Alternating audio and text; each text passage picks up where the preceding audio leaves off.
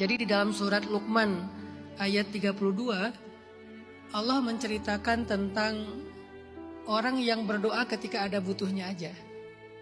Kata Allah, wa idza ghashiyahum mawjun kadh-dhulali da'u Allah mukhlishina lahud-din falamma najjahum ilal barri faminhum muqtasid wa ma yajhadu biayatina illa kullu khattarin kafur. Allah ngasih sebuah analogi tentang orang yang sedang hanyut di tengah lautan. Ketika orang menaiki bahtera, di tengah lautan terjadi badai, sampai maujung kadhulal, sampai ombaknya itu kayak gunung, lebih tinggi daripada kapal. Tiba-tiba dia da'awullaha mukhlishina lahuddin. Tiba-tiba dia berdoa, dia beribadah, dan tulus banget beribadah kepada Allah. Ya Allah, dia sholat, dia zikir, dia ngaji, dia doa. Kenapa? Karena dia sedang terancam dengan maujung kadhulal, badai dan ombak yang lebih besar daripada gunung. Tapi falamma najjahum, ketika dia udah selamat, faminhum muqtasid, sebagian dari mereka kembali melenceng dari jalan Allah, lupa sama Allah, larut lagi dalam dosa-dosa dan seterusnya. Apa yang Allah ingin sampaikan di sini? Banyak. Salah satunya adalah walaupun Allah tahu hamba ini nanti kalau selamat akan berbuat dosa lagi, tapi saat dia berdoa, Allah mengabulkan doanya. Sebaik itu Allah sama kita.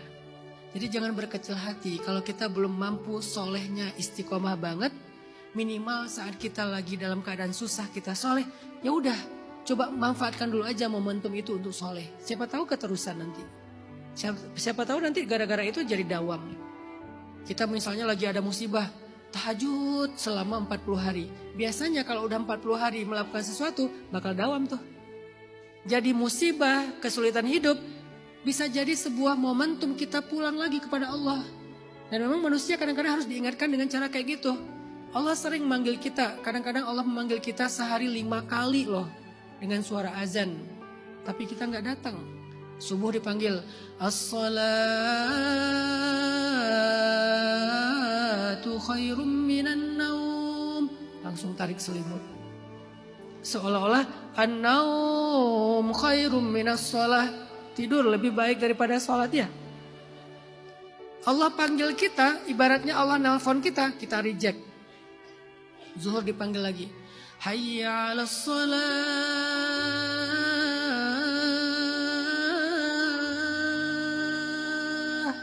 Lagi sibuk di kampus, lagi sibuk kerjaan, reject lagi. Allah panggil lagi di asar. Hayya 'alas shalah.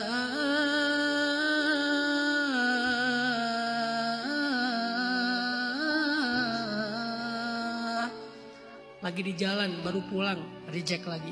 Allah panggil lagi maghrib. Hayya 'alal falah.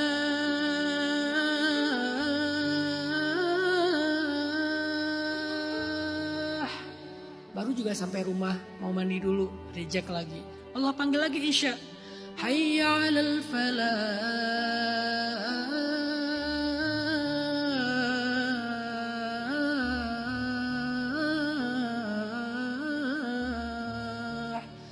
Makan malam, reject lagi. Sehari 5 kali Allah panggil kita, sehari 5 kali kita reject panggilan Allah, dan Allah enggak marah. Saking sabarnya Allah sama kita, saking sayangnya Allah sama kita. Besok dipanggil lagi, reject lagi. Lusa dipanggil lagi, sebulan, 2 bulan, setahun, 2 tahun.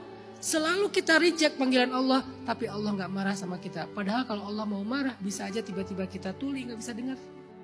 Suara azan tetap ada, tapi kita gak mampu lagi mendengarnya. Gampang buat Allah, tapi kita masih tetap bisa mendengar. Cuman Allah terlalu kangen sama kita. Ketika kita gak bisa datang dengan cara dipanggil azan, maka Allah memanggil kita dengan memberikan sedikit ujian. Biasanya kalau udah diuji, pulang tuh. Kapan terakhir kita tahajud? Lagi banyak masalah. Kapan terakhir kita doanya panjang? Lagi banyak masalah. Kapan terakhir kita pakai tasbih digital? Sampai error, sampai ke reset lagi tuh. Sehari sampai sekian ribu, lagi banyak masalah. Kapan terakhir kita sholat dengan bacaan yang panjang? Biasanya setiap sholat pasti bacanya Al-Ikhlas, An-Nas, Al-Ikhlas, Al-Falak. Tiba-tiba sekarang Al-Baqarah. Waladhdallin. Amin. Alif Lam Mim. Al-Baqarah. Kenapa? Lagi banyak masalah. Zalikal. Alif Lam Mim. Zalikal. Alif Lam Mim. Zalikal. Qul huwallahu ahad. Balik lagi ke Qul huwallahu ahad. Mentok soalnya, hafalannya segitu-segitu aja. Jadi masalah itu kadang jadi momentum buat kita pulang kepada Allah karena Allah kangen sama kita. Gak apa-apa. Memang manusia itu transaksional. Yang membedakan mereka adalah setelahnya. Jadi ketika terjadi, ya udah nikmatin aja sebagai sebuah momentum pulang ke Allah. Siapa tahu keterusan. Siapa tahu setelahnya dawam dan istiqomah. Nanti setelahnya kalau kita balik arah lagi, Allah tunggu lagi. Allah itu gak pernah berputus asa nunggu kita taubat. Yang ada kita yang berputus asa dalam taubat. Kita 1000 kali berbuat dosa, 1000 kali kita bertaubat, 1000 kali Allah mengampuni dan menerima taubat kita.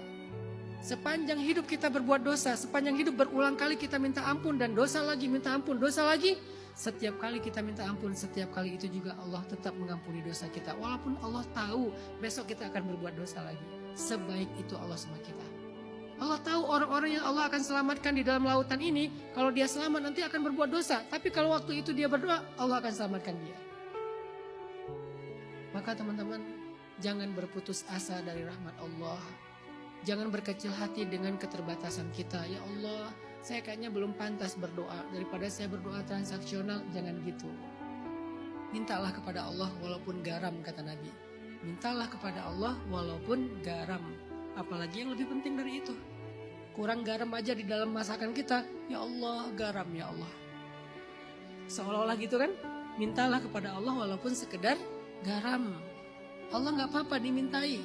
Allah gak repot kok kalau kita minta. Jangan sampai kita berpikir, udahlah gak usah banyak minta, beramal aja. Bahkan meminta itu adalah juga beramal. Karena doa itu ibadah. Semakin banyak berdoa berarti semakin banyak beribadah. Dan Nabi yang paling banyak berdoa itu namanya Nabi Ibrahim. Dan Allah memuji Ibrahim dengan kata-kata innahu la'awwah. Dia itu awwahun. Kata para ulama tafsir, arti awwah da'a. Arti da'a banyak berdoa. Ternyata banyak berdoa itu baik, gak apa-apa. Berharap saja setelahnya kita bisa istiqomah. Tapi waktu itu berdoa aja, minta aja yang terbaik di sisi Allah. Kemudian pertanyaan yang pertama, gimana ya cara kita melakukan hal yang terbaik untuk membahagiakan keluarga kita, tapi juga gak melupakan hak diri kita sendiri. Jangan sampai kita berpikir untuk membahagiakan keluarga, pasangan, orang lain, saudara, ipar adalah ya keluarga lah. Jangan sampai kita berpikir membahagiakan keluarga sampai kita melupakan membahagiakan diri kita sendiri. Terus gimana caranya? Nasihatnya sederhana. Be the best version of yourself.